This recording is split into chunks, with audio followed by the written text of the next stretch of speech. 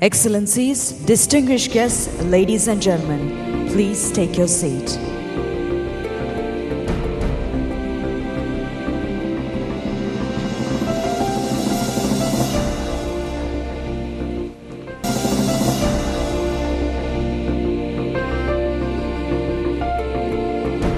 Your Royal Highness, Excellencies, distinguished guests, ladies and gentlemen, please welcome His Excellency Mahinda Rajapaksa, President of the Democratic Socialist Republic of Sri Lanka.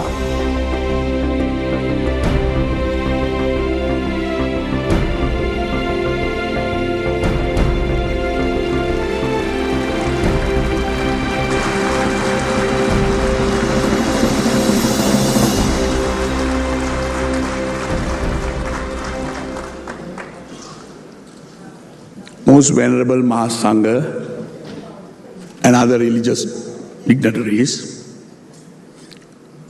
Your Royal Highnesses, the Prince of Wales and the Duchess of Cornwall, fellow heads of government,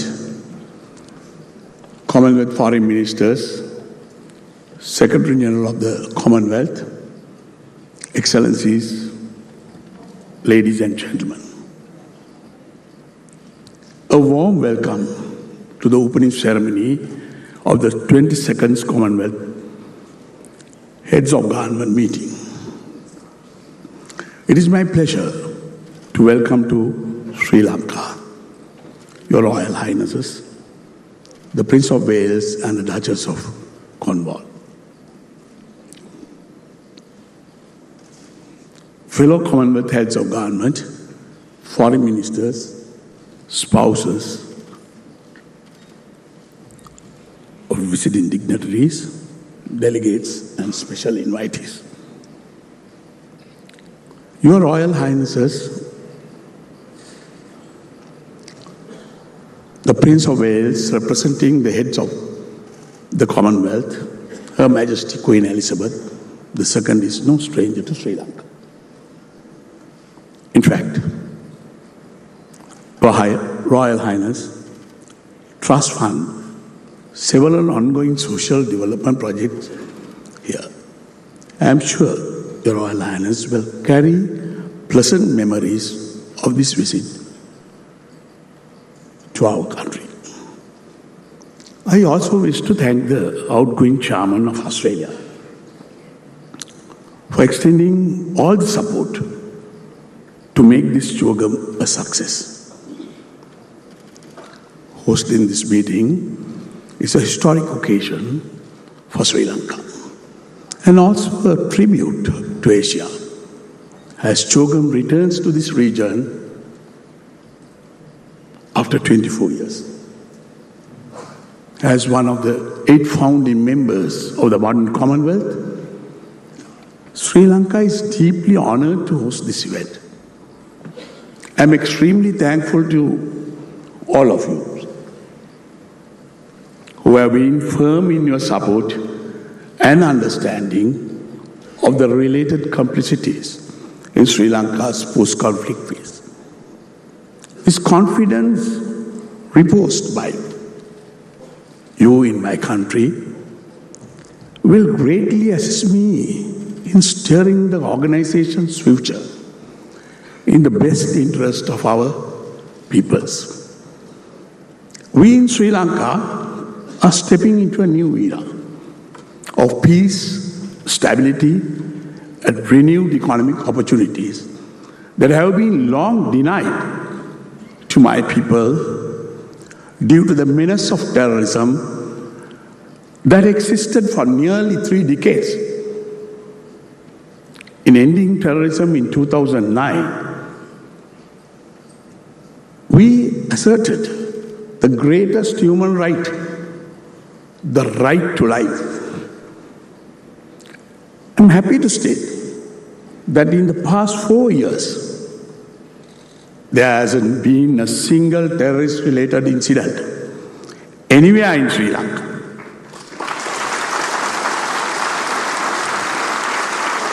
Excellencies and friends, there is a multitude of global challenges arising from the uncertainty of the socio-economic conditions faced by our nations today. We in the Commonwealth must therefore collectively find means of effectively addressing these challenges to safeguard the values we hold dear. It is in recognition of that urgent need to address the burning issues connected to growth and development, which directly impinged on the lives of our peoples, that Sri Lanka proposed the theme Growth with Equity, Inclusive Development for this chogm. We believe that this theme has broad relevance to the larger Commonwealth and highlights the importance of equity in economic development, particularly in view of the existing disparities in the distribution of wealth and economic benefits.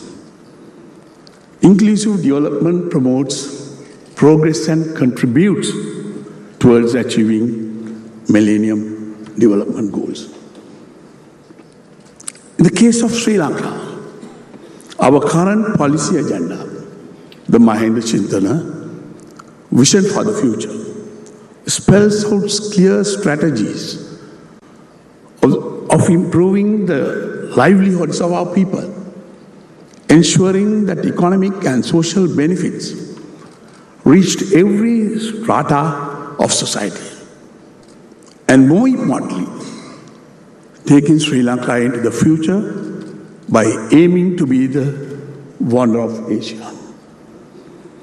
I am happy to say that Sri Lanka has achieved success on a range of social indicators that comprise the MDGs, despite being lower middle income country.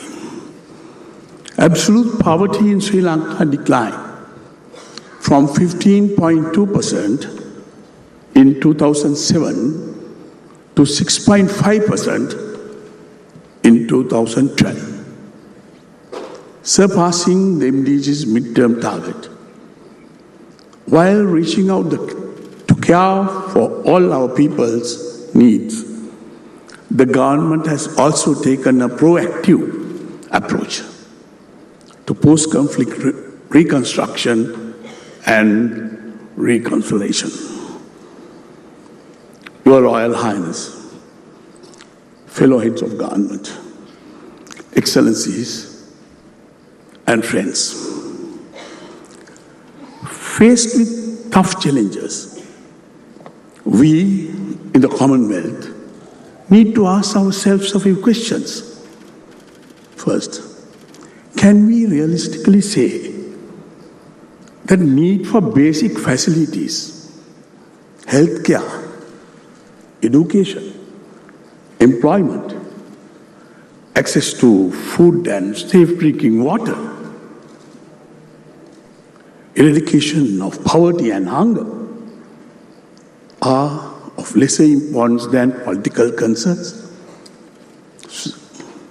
Second, should not the Commonwealth collectively strive towards the realization of development goals to enable its member countries to reap economic benefits? Third one, should we be addressing more vigorously the issue of common poverty before we talked about common wealth? As a matter of priority, we in the Commonwealth should focus on development challenges confronting the majority of our member nations. I see compelling need for those who guide the destiny of the Commonwealth to give serious thought to practical modalities focusing on social and economic issues. This will greatly enhance the relevance and value of the Commonwealth.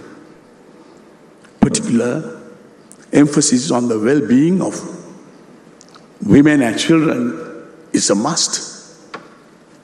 There is as well the acute need for awareness of both the potential and the risks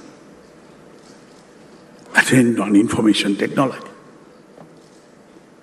Although economic priorities take center stage, let us not forget that the people are the greatest wealth of our nation. Strengthening the quality of human capital will help countries to achieve sustained growth. Greater people-to-people contact within the nations of the Commonwealth, as well as the taking the objective of the Commonwealth to the most remote sections of our populations, is also important. Chogm 2013 will provide the opportunity for us to assess the Commonwealth's achievement with regard to development goals. If the Commonwealth is to remain relevant to its member countries, the association must respond sensitively to the needs of its peoples and not let it turn into a punitive or judgmental body. We must also collectively guard against bilateral agendas being introduced into the organization, distorting Commonwealth traditions and consensus.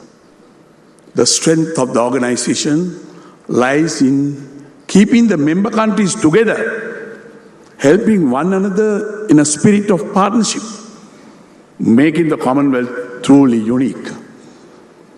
Excellencies, our deliberations in Colombo must lead to the greatest practical benefits for the peoples of renewed Commonwealth. One that is engaging, collaborative and unifying, rather than prescriptive and divisive. In December last year, the Charter of the Commonwealth, comprising the values and aspirations shared by all members of the organization, was adopted. To us in Sri Lanka today, they continue to be relevant as we usher in a new era, and also because all religions we follow in Sri Lanka have taught us to uphold the highest human values. Finally, I wish to quote the words of the Buddha, the enlightened one. Napere sang vilomani naparisang kata katang atunocha awikeya katani akatanicha.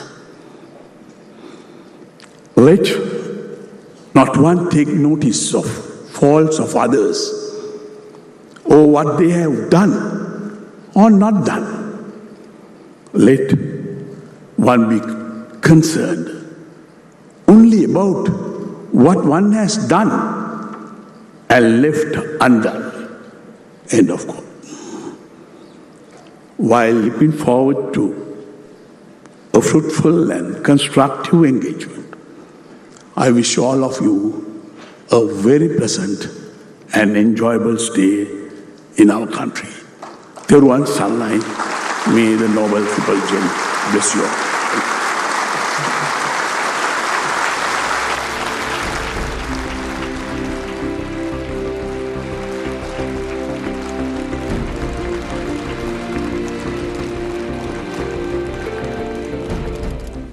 A story Distinguished guests, ladies and gentlemen, please welcome His Excellency Kamalesh Sharma, the Commonwealth Secretary General.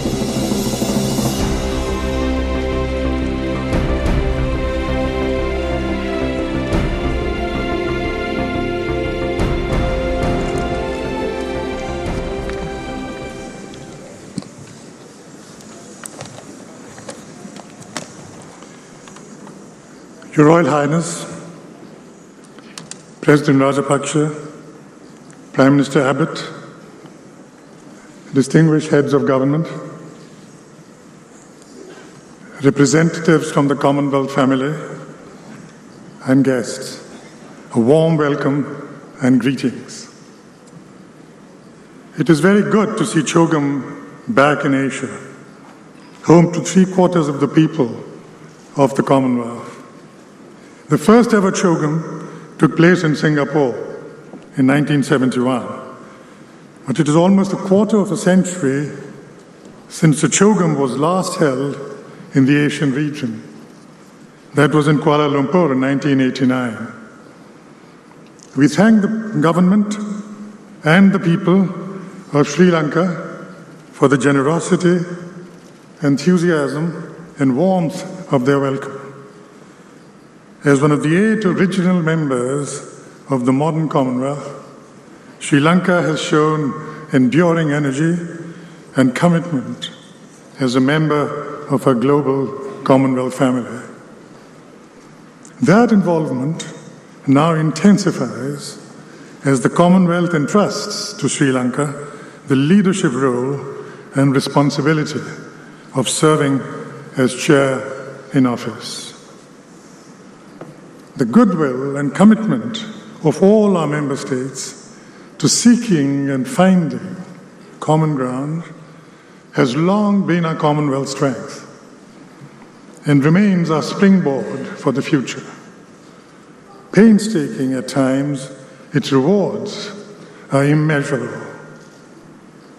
Wisdom and discovering where we can add to the global good is our continuing global Commonwealth gift to the world.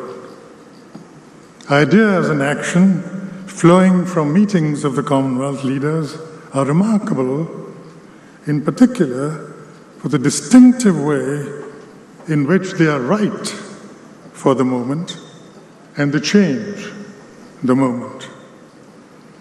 We recall the visionary yet applied understanding of the Commonwealth Commission on Respect and Understanding, and its essential message to undo what divides us and to do what unites, to see each other not through a reductionist lens, but through a prism in which our unique individual identities, with their full richness and complexity, can be valued and respected and celebrated.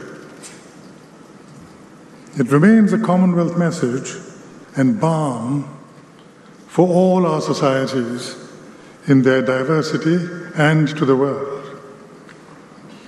Our Commonwealth approach is to see democracy, development, and respect for diversity as mutually supportive and melding to form the bedrock of national harmony and progress for all our people. For us, it is not a matter of our political values at one end of the spectrum and our development values at the other. All are found indivisibly in our Commonwealth Charter. It is in embracing the spirit of inclusiveness that our hosts and leaders have settled on a theme for this meeting, which connects growth with equity. All in our societies should be better able to share the fruits of prosperity. None should be left behind. This has ever been our Commonwealth conviction. In this chogm, it is also a very rich agenda that will be addressed. Debt management, solvency, and resilience in our small member states. climate finance for small and vulnerable states, practical trade measures to help increase exports, including finance and advocacy that can help shape the global trade agenda, unlocking the potential for member governments to assist each other directly, giving fuller meaning to the notion of our commonwealth. The discourse on the global development agenda at the end of the term of the Millennium Development Goals, focusing on the added practical value we can bring together in the post-2015 world. A proposed Commonwealth plan for broadband inclusion to open new vistas of being connected and networked to advance our economic and social goals.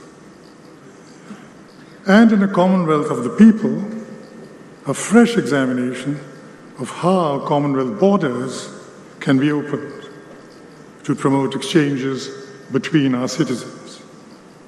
Your Royal Highness, your long-standing commitment to a sustainable environment, as well as innovative approaches to training for employment and mentoring for business enterprise are well known to the Commonwealth. Winning the gigantic challenge of youth employment is vital to the well-being of our societies. We are delighted to welcome you here to represent the head of the Commonwealth, Her Majesty the Queen. Distinguished guests, deep awareness that our destinies are joined drives us forward in seeking together for practical solutions to the many great tasks before the Commonwealth and the world at large. In these times of flux and rapid alteration, a shared vision of our collective striving and resolve are needed more than ever. That is the role of all chogms, to bring us closer as a family and to move us forward together. We turn to our heads, gathered here to lead us forward in that spirit and purpose. We are the world's north, south, east, and west. And we illustrate to the wider world that the Commonwealth closes the distance between them. Bahomai Stuti, Romba Nandri, thank you very much.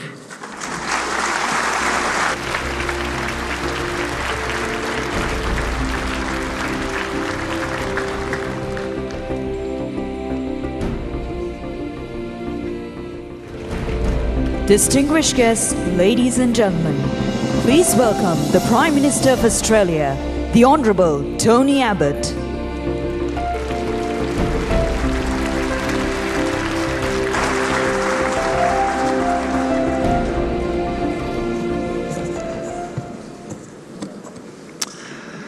Your Royal Highnesses, Mr. President, Excellencies, ladies and gentlemen.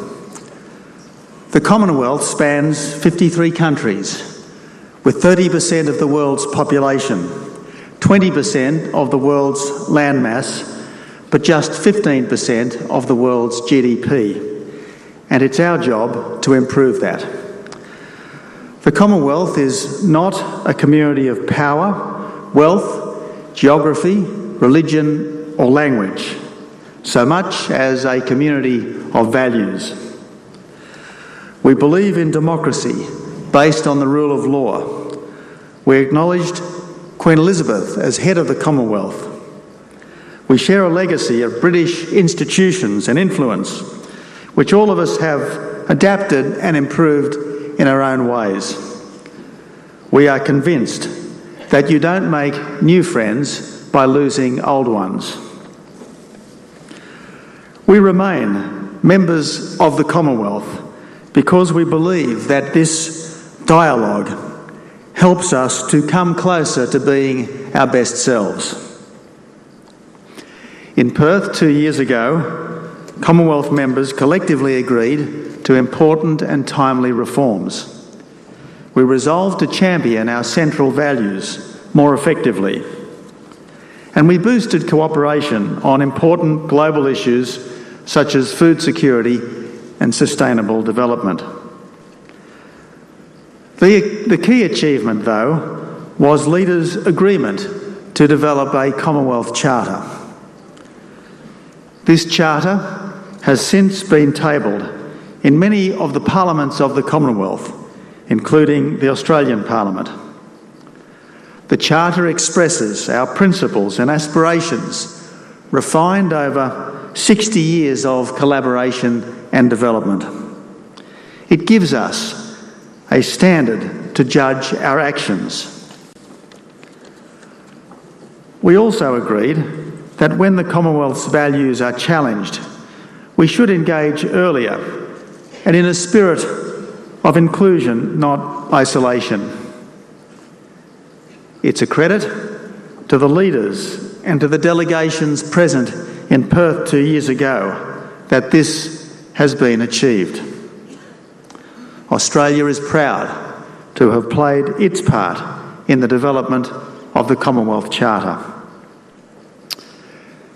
During the Commonwealth Heads of Government meeting in Perth, we also considered how we could make the Commonwealth more effective as an organisation.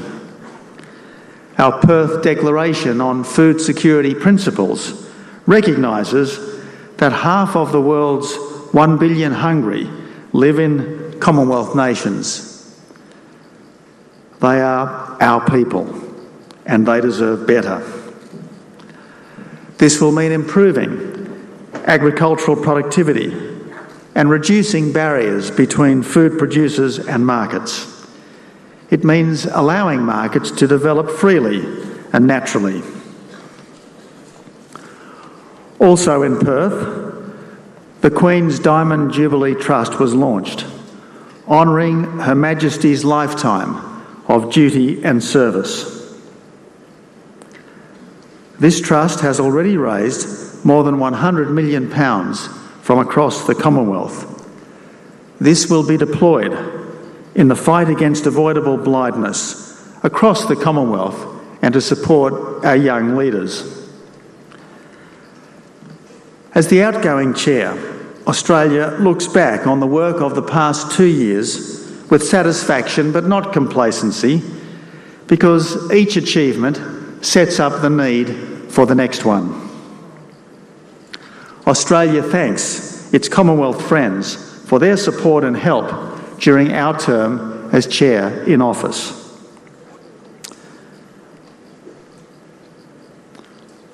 Finally, I acknowledge Sri Lanka as our host and as Commonwealth Chair for the next 2 years. This country has emerged from many troubles, but with peace has come more freedom and more prosperity. So we are here to praise as much as to judge. There are examples in the Commonwealth, in South Africa and Ireland for instance, where intractable problems have finally responded to the better angels of our nature. Sri Lanka's willingness to host this Commonwealth shows its commitment to democratic pluralism and freedom based on law, and ought to reassure all its citizens that just as today is better than yesterday, tomorrow will be better than today.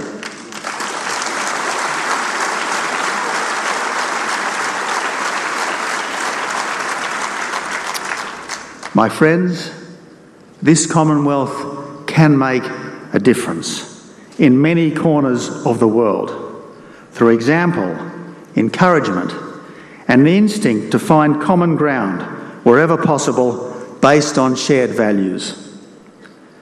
May these days of discussion foster all our best instincts.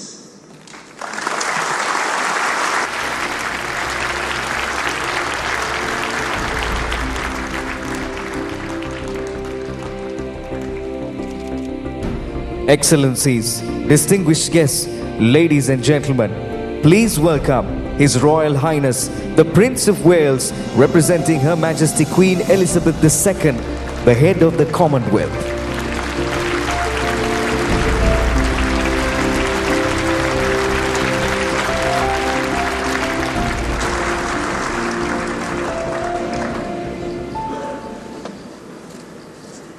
President Rajapaksa, ladies and gentlemen, thank you for your kind welcome. My wife and I are very glad indeed to be joining you here in Colombo. At the personal request of the Queen, I am delighted to be addressing you this morning on behalf of the head of the Commonwealth. Her Majesty's deep affection for the Commonwealth and the special importance she has attached to it throughout her reign are well known to you all. And if I may say so, those very sentiments have been an ever-present cornerstone in my own life also. It is therefore my particular privilege and pleasure to be representing the Queen at this, the 2013 Commonwealth Heads of Government meeting.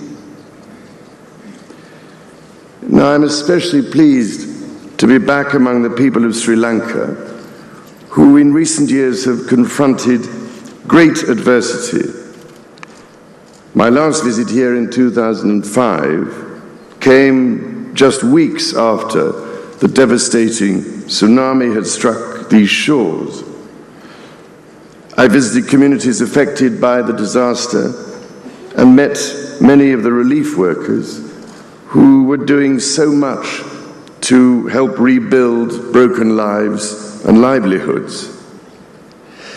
I recall my admiration for the fortitude shown by them all at that time and commend the progress that has been made since in healing those dreadful scars. Sri Lanka was one of the founding countries of the modern Commonwealth. Historians of this family of nations will recall that in the circumstances of that time, the Commonwealth showed an exceptional spirit of accommodation over how the organization should be constituted. This led one prominent head of government, in other words, Prime Minister Nehru, with whom, incidentally, I always felt proud to share a birthday, to declare that the Commonwealth seemed capable of bringing a touch of healing to the management of contemporary world problems. More than 60 years later, we should not need to be reminded of the many troubles that beset our world, some of them previously little understood, nor should we underestimate the importance and responsibility of the Commonwealth's role in addressing them.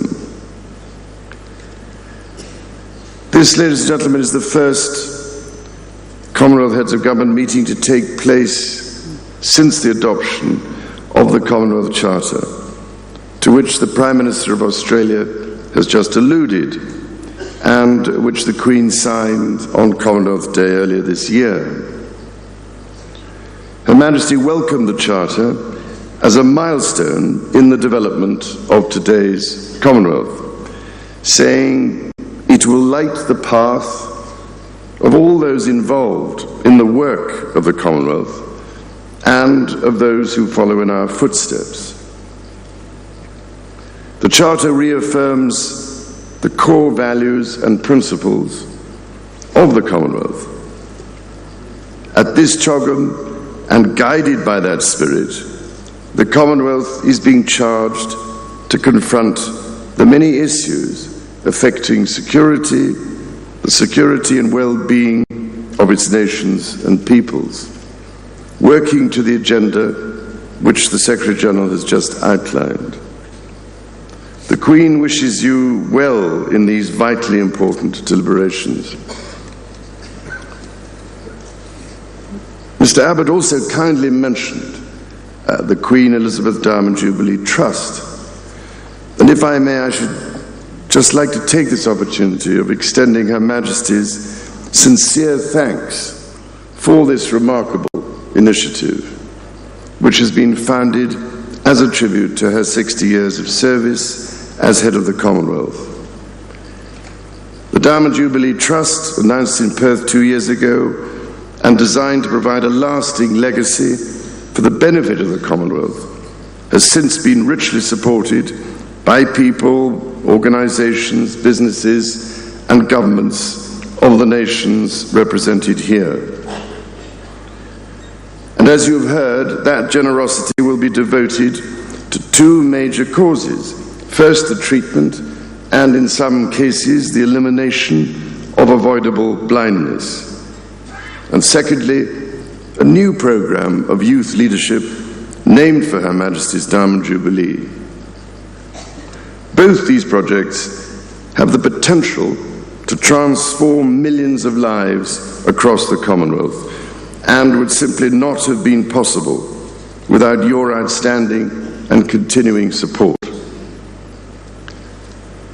Ladies and gentlemen, each one of us is here because of the hope and the trust we place in the Commonwealth to bring that touch of healing to our troubles and deliver the very best future for our people. The Queen, head of the Commonwealth, sends warm greetings to you all, and on her behalf, it gives me very great pleasure to declare open this meeting of Commonwealth Heads of Government.